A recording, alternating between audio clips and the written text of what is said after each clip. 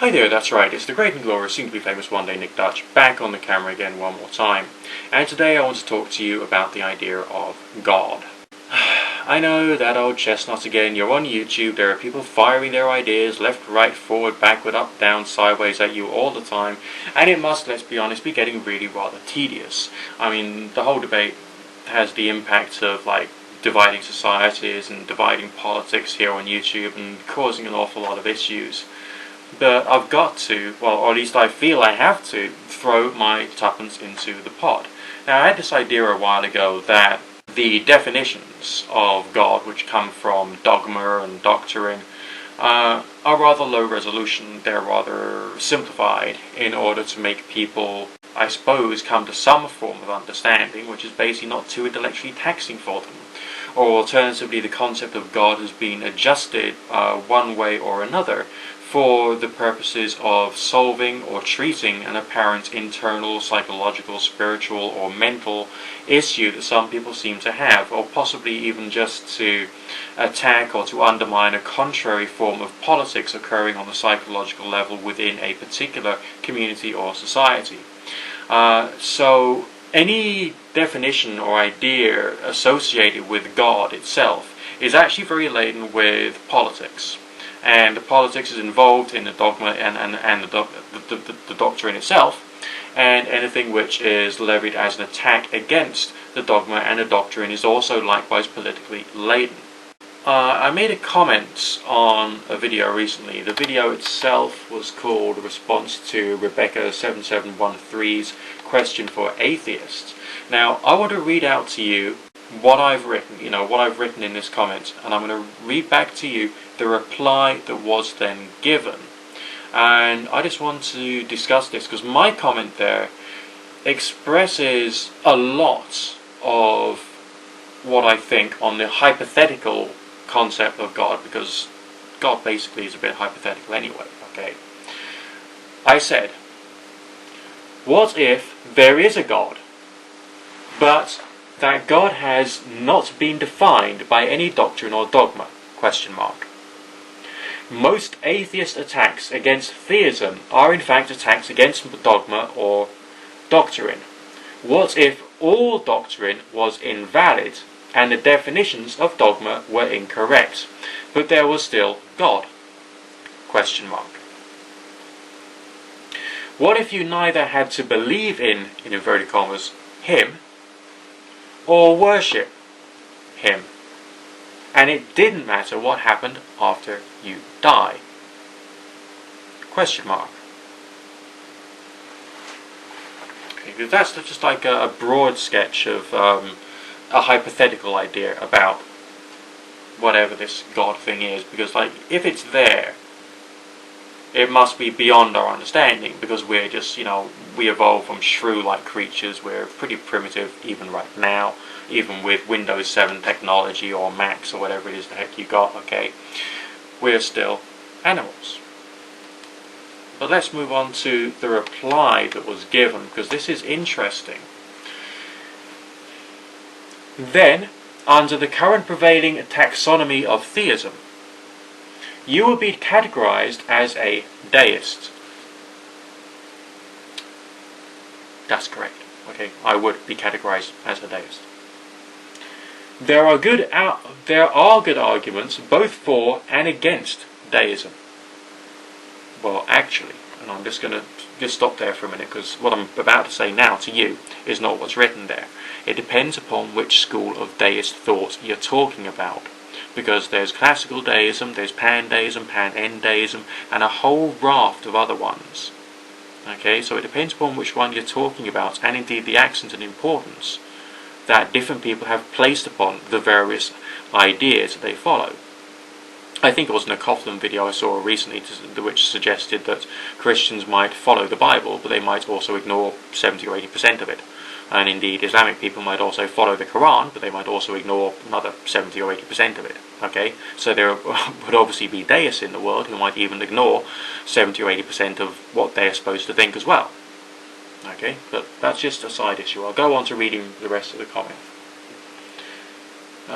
Okay, there are good arguments both for and against deism. Check out Das American Atheist video, Deism is D for Dumb, for what is actually a pretty good counter-argument. Okay, I will have a look at that at some point. But this bit is where it gets fascinating. The gist is that if all of the above, namely what I said, was true, then the God of which you speak is so irrelevant that he might as well not exist. And if there is no evidence for him, then we still can't assume that he does. I would say that that's a very fair assessment. Sure, it is slanted, it's coming from an atheistic perspective, but it is actually good for one to live one's day-to-day, as it were, vanilla life, without worrying whether God exists or not. When I'm going down the bank and dealing with problems with the bank, I don't worry about God or angels or demons or any of the rest of that. I just go and sort out my problems with the bank. Likewise, when I'm going shopping or whatever, I'm just thinking about, I've got a task to do, I'm just going to do the task, that's it. But the thing which is mentioned here is, and if there's no evidence for him, then we still can't assume that he does, as in exist.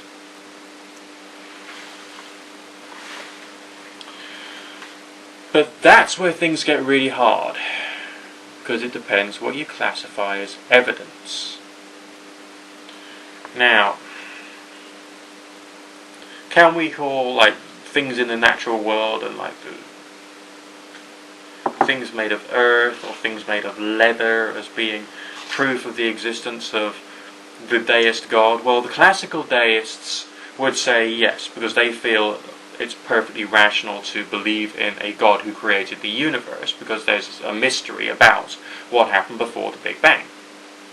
Okay, so classical deism is essentially a variety of creation religion, to a certain degree. I mean, that's only one aspect of it, but essentially it's still very creation driven, because we're in a creation we can't explain.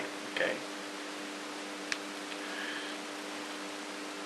And I suppose that pandeism or panendeism, in which the universe is regarded as being God or part of God, or God is regarded as being above and still a part of the universe, would still, I suppose, be similar, because there's still a creation aspect. Now, I chose to call myself a trans-deist, which some people consider to be a little odd, because Trans-deism is supposed to be the actions of a pan-deist, according to some websites, the precise URL of which I really can't remember. But why do I call myself a trans-deist? Because trans-deism is to do with trying to generate transcendental experiences which appear to, under some circumstances, demonstrate the possibility of something outside of the physical. For those of you who have been watching my channel for a while, you will know that I, in inverted commas, believe in strange experiences, because I have had various strange experiences, some of which I've already gone into in reasonable depth in videos I've done in the past. But these strange experiences suggest something else apart from just the physical. What that is difficult to say, and my attempt at being as rational as is possible is to start from a psychological standpoint and to work up from there. So I could do prayerful things and develop a nice meditative transcendental state of mind, and hey presto, that's psychology in action. That's not the status of consciousness experiment, that's hypnosis or whatever.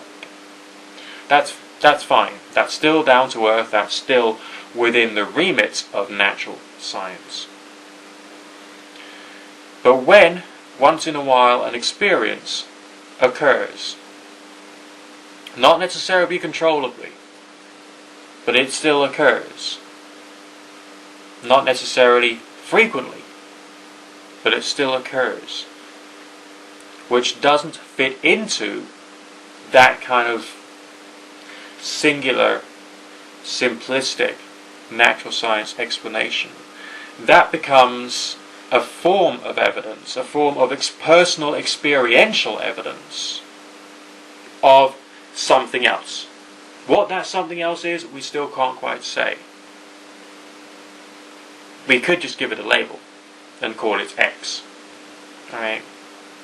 But because it's something which appears to be outside of the, scientism defined natural world, we might as well ascribe to it or give it a name or a label which seems to imply the possibility of something supernatural, for which the word God might even be applicable.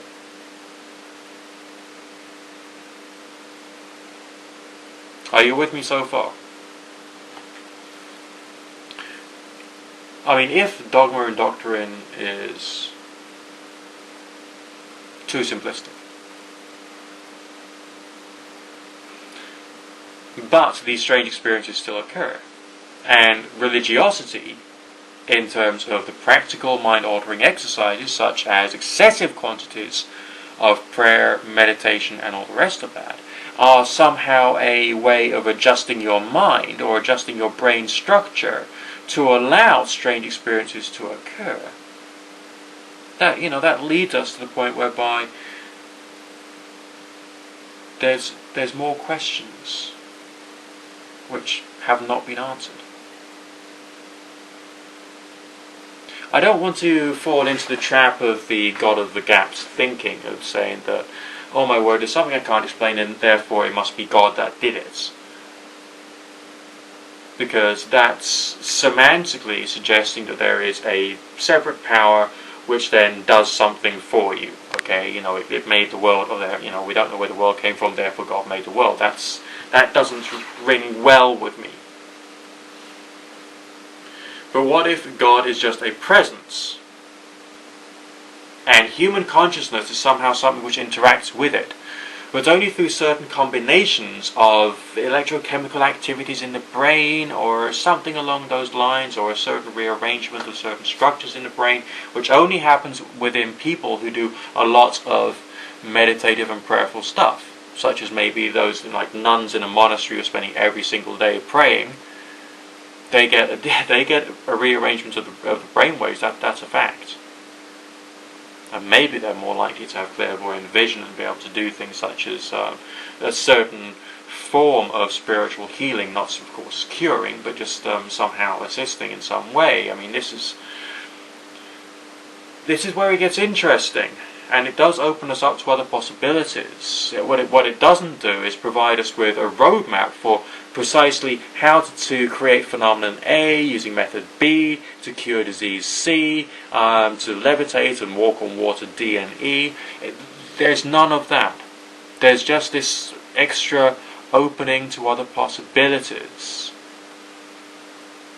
And to my mind, it would all come within the category of something called God. At least that's my interpretation as of today. I mean, by the time you're seeing this video, my ideas might have changed or adjusted slightly, or I might have thought to myself, well, heck, I could have made that video a lot better, and I could have explained myself a lot better. But essentially, what you got today is the best that I can do at what is it, nearly 11:30 tonight, after I just been out with friends and I'm a little overtired, and I decided to just talk about God for a while. Anyway, my name's Nick Dutch, and that's my opinion for today. Good fortune, God and or Goddess and or none of the above bless. Look after yourselves, don't go mental, chill out, don't worry, the devil isn't going to get you, and have a nice cup of Horlicks and get some sleep. Good night all.